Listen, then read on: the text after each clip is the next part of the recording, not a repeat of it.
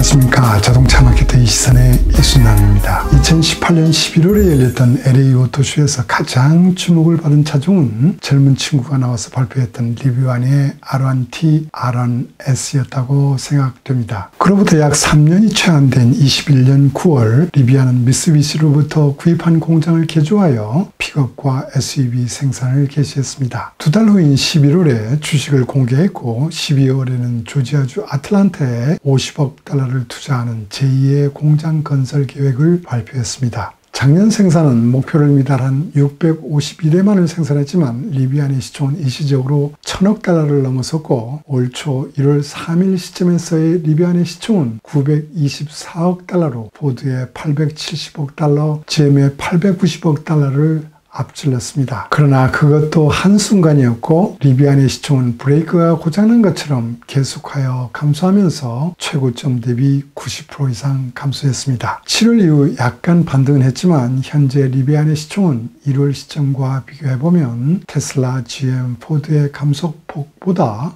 훨씬 크게 65.5%나 감소하였습니다. 과연 리비안에게는 그동안 무슨 일이 일어났던 것일까요? 시총 감소폭이 크다는 것은 초기의 시총이 실력 이상으로 과대평가되었을 가능성도 있습니다. 아니면 현 시점에서의 리비안의 미래 경쟁력, 미래 가치가 그렇게 높지 않다고 평가할 수도 있을 것입니다. 오늘은 이런 내용을 분석해보고 리비안이 향후를 전망도 해보도록 하겠습니다. 리비안이 주식을 공개하는 시점이었던 작년 말 미국 전기차 스타트업들은 본격적인 양산을 앞두고 있었고 테슬라의 주가도 최고 수준을 기록하고 있었기 때문에 투자자들은 스타트업들에게 매우 호의적인 자세를 취하고 있었습니다. 이 부분이 리비안의 초기 시총을 끌어올린 가장 큰 요인이 되었던 것 같습니다. 여기에 더하여 리비안은 4가지 정도에서 매우 높은 평가를 받았습니다. 첫 번째는 리비안의 풍부한 자금 조달 능력이었습니다. 두 번째는 포드와 아마존과 튼튼한 파트너십이 체결되어 있었다는 점이었습니다. 자본 참여뿐만 아니라 비즈니스 영역에서도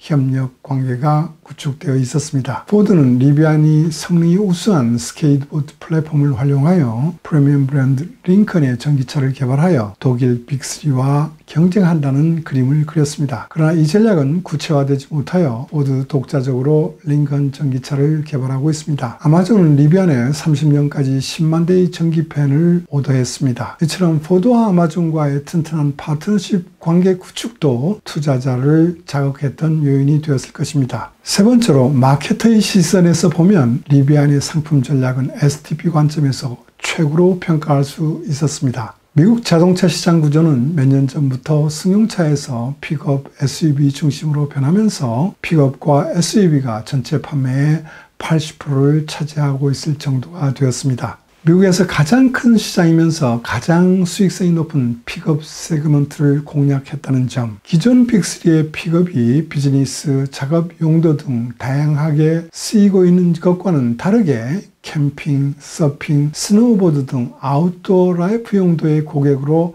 타겟을 한정하였습니다. 메인스트림 브랜드에서 스바루가 수평대형 엔진과 4휠 드라이브 그리고 안전기술을 앞세워 이러한 어드벤처러스한 고객들을 타겟으로 하면서 미국에서 크게 성공한 것처럼 리비안은 프리미엄 시장에서 럭셔리 어드벤처러스한 고객을 타겟으로 설정했습니다. 이를 실현하기 위한 차량의 디자인은 우수했고 오프로드 성능, 토잉 성능, 그리고 캠퍼들을 위한 차량 매입형 요리 키트, 텐트 사양 등은 경쟁사와 철저하게 차별화된 아이디어였고 유니크한 사양이었습니다. 그런데 이러한 요소들이 반영된 주가는 21년 말 등락을 반복하다 올 1월로 접어들면서 크게 하락하기 시작합니다. 1월 6일 발표된 아마존과 스텔란티스의 협업 내용으로 주가는 다시 내려갔습니다. 아마존은 스텔란티스로부터 배송용 전기 밴 차량 램 프로마스터를 23년부터 공급받고 스텔란티스는 아마존의 소프트웨어를 활용하여 그룹 내 미래 차량을 개발한다는 협업 내용이었습니다. 이 협업 내용의 본질은 리비안에게 있어 새로운 경쟁자가 생겼다는 것을 의미합니다. 20년 3월부터 리비안 차량의 개발과 생산을 주도해왔던 로드 코페스 CEO가 그만두었다는 소식도 주가에 영향을 미쳤습니다. 리비안은 그 후 애플, 테슬라, JP모건 출신을 채용하면서 기존 자동차 색채가 있었던 부분이 IT 기반 테크계 스타트업 이미지로 변하는 걸로 보였습니다. 이러한 경영진 교체 조직의 변화는 R1T와 R1S 두 차량을 동시에 생산 확대해야 하고 또 테슬라 등 경쟁사가 이미 겪었던 초기 품질을 조기에 확보해야 한다는 중요한 과제를 해결하기 위한 전략이었다고 평가됩니다. 리비안의 제조 책임은 미국 토요타와 닛산을 거쳐 테슬라에서 일했던 사람이 담당하고 있습니다. 그런데 기대와는 달리 글로벌 서플라이 체인, 물류 압박 문제 등의 요인이 크게 작용하면서 2분기에는 1분기 대비 개선은 되었지만 상반기 생산 진도율은 27%로 크게 낮았습니다. 생산 대수의 부진으로 2분기 판매도 4,467대밖에 안 됩니다. 원재료 코스트의 상승, 연구개발비의 증가, 마케팅 관리 비용이 증가하면서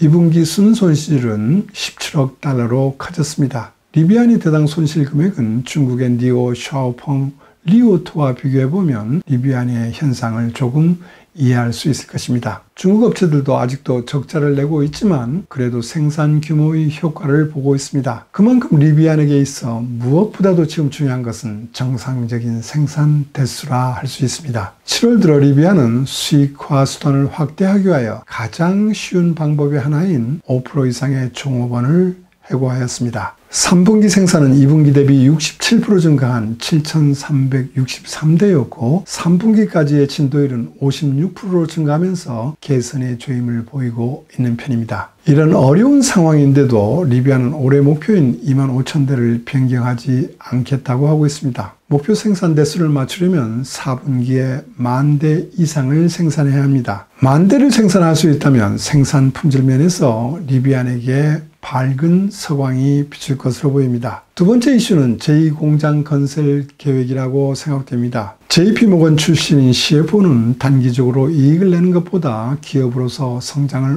우선한다는 방침을 강조해 왔습니다. 고객 기반이나 생산 노하우가 어느 정도 만족한 수준에 도달할 때까지 기다리지 않고 급성장을 전제로 한 확대 노선을 추구하고 있습니다. 조지아주에 50억 불을 투자하여 40만 대의 공장을 22년에 착공하여 24년 가동을 목표로 하고 있습니다. 테슬라가 제2의 공장을 중국 상해에 착공할 때까지 9년이 걸렸는데 리비안은 그것을 3년에 하려고 하고 있습니다. 리비안이 확장 노선 전략에 대해서는 전문가들 사이에 긍정과 부정의 의견들이 있습니다. 저는 과거 닛산이 파워 88, 혼다의 글로벌 시장 600만 대 판매, 현대차의 중국 공장 확대 전략이 실패했던 점이 먼저 생각났습니다. 이들이 확대했던 공장들은 판매 부진에 빠지면서 가동률이 낮아지면서 현금을 까먹는 하마가 되면서 공히 어려움에 빠졌기 때문입니다. 리비안은 지금 운영하고 있는 20만 대의 일리노이주 공장 능력을 풀로 돌리는 것에 우선순위를 둬야 한다는 생각입니다. 이 공장 능력은 지금 리비안이 고객으로부터 예약받은 대수 9만 대와 아마존으로부터 30년까지 수주받은 10만 대 중 1만 대를 먼저 생산한다고 해도 아직은 여유가 있기 때문입니다. 그러나 리비안은 제2의 테슬라처럼 되기 위하여 현재의 R1 플랫폼보다 작고 저렴한 가격을 실현할 수 있는 R2 플랫폼 개발과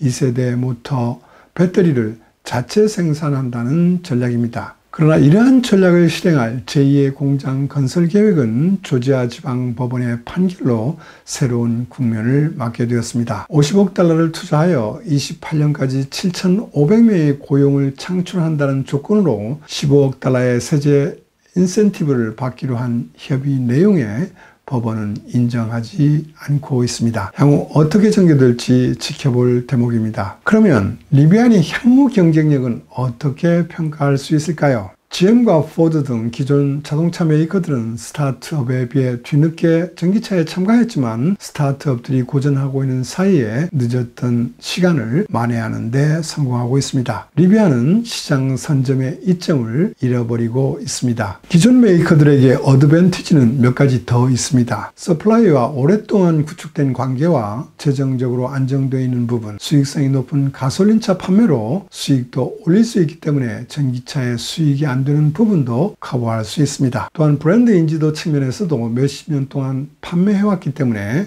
큰 자산이 됩니다.